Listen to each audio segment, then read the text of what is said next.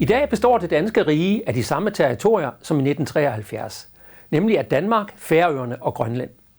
Men skin bedrager lidt, for på både Færøerne og i Grønland har der lydt stigende krav om uafhængighed. Særligt de dansk-grønlandske relationer har der også ændret sig. I 1979 opnåede Grønland hjemmestyre. I 1981 stemte Grønland ved en folkeafstemning for at træde ud af EF, hvor Færøerne i øvrigt aldrig har været medlem. Og i 2009 indførtes selvstyre. Resultatet er blevet, at Grønland i perioden efter 1973 har taget hånd om en lang række politiske og administrative funktioner, som tidligere blev varetaget af Danmark. Selvstyrestatusen betyder endda, at Grønland ifølge folkeretten nu selv kan afgøre, om det vil være fuldt selvstændigt. Både Færøerne og Grønland modtager imidlertid stadigvæk økonomisk tilskud fra Danmark, som for Grønlands vedkommende i 2010'erne udgjorde ca. 25% af landets BNP mod kun 5% for Færøerne. Ønsket om selvstændighed ser derfor på kort sigt ud til at være lettere at realisere for Færøerne end for Grønland. Til gengæld er Grønland på grund af sin strategiske beliggenhed ombejlet af USA, hvor præsident Trump i sommeren 2019 gentog et amerikansk ønske fra den tidlige kolde krig om at købe Grønland. Hvis nok af Danmark, selvom det på grund af selvstyrestatusen nu er et spørgsmål, der grundlæggende må afgøres af Grønland selv. Men udviklingen sætter rigsfællesskabet under pres. I 1973 lå det danske befolkningstal på ca. 5 millioner, mens Danmarks Statistik i 2018 ansatte tallet til næsten 5,8 millioner, mod ca. 50.000 på Færøerne og 56.000 i Grønland. Befolkningen var altså øget med ca. 800.000 på 45 år, lidt mindre end den million, der blev lagt til mellem 1945 og 1973. Indtil omkring 1980 var der til med generelt højere antal udvandrere fra Danmark end indvandrere til landet. Men befolkningen steg alligevel i perioden før 1980 på grund af høj fødselsrate og lavere dødelighed. Nettoindvandringen siden 1980 har betydet, at indvandrere og deres efterkommere i 2016 udgjorde omkring 13% af befolkningen. Af disse udgør indvandrere fra ikke-vestlige lande tæt på 60%, som primært er kommet til Danmark gennem asyl eller familiesammenføring, mens vestlige indvandrere er kommet til via giftemål eller arbejde. EU's indre marked betyder eksempelvis, at borgere fra andre EU-lande frit kan søge job i Danmark og sikre sig ophold, hvis de får et arbejde, vel at mærke. Af de ca. 200.000 fuldtidsbeskæftigede udenlandske arbejdere på det danske arbejdsmarked i 2017, kom de ca. 130.000 fra Norden og EU, med polakker og tyskere som de største enkeltgrupper. Indvandringen har været svært at håndtere for det danske samfund.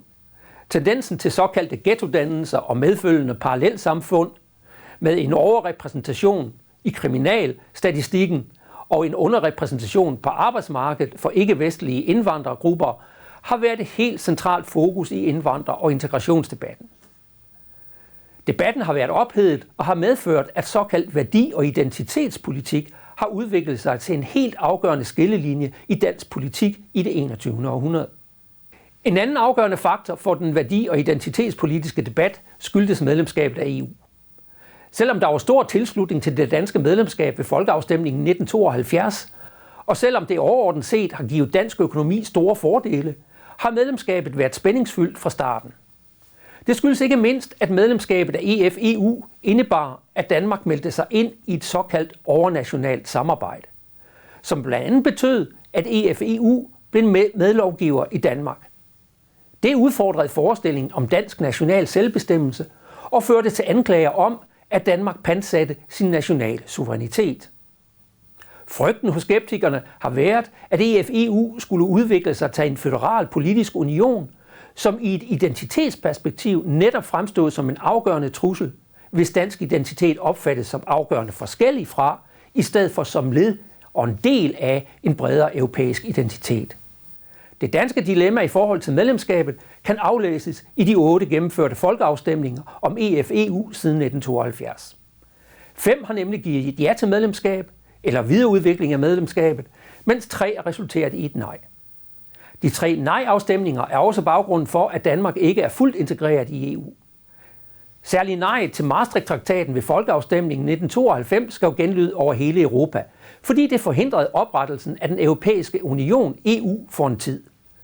Vælgerne erkendte måske nok behovet for modernisering af samarbejde i lyset af murens fald og Tysklands nyforening, men ville ikke binde sig til et muligt forsvarssamarbejde, en økonomisk og monetær union, til en fælles retspolitik og til et unionsborgerskab. Derfor fik Danmark de såkaldte 4 forbehold på disse områder, hvilket banede vej for et ja ved Edinburgh-afstemningen året efter. Indvandrings- og EU-debatterne har vist, at politisk orientering ikke længere kun følger den klassiske højre-venstre opdeling, men i stigende grad også har været påvirket og styret af borgernes holdninger til samspillet mellem det nationale og det internationale. Denne forskydning er på ingen måde et unikt dansk fænomen, fordi den grundlæggende er knyttet til hele globaliseringens problematik.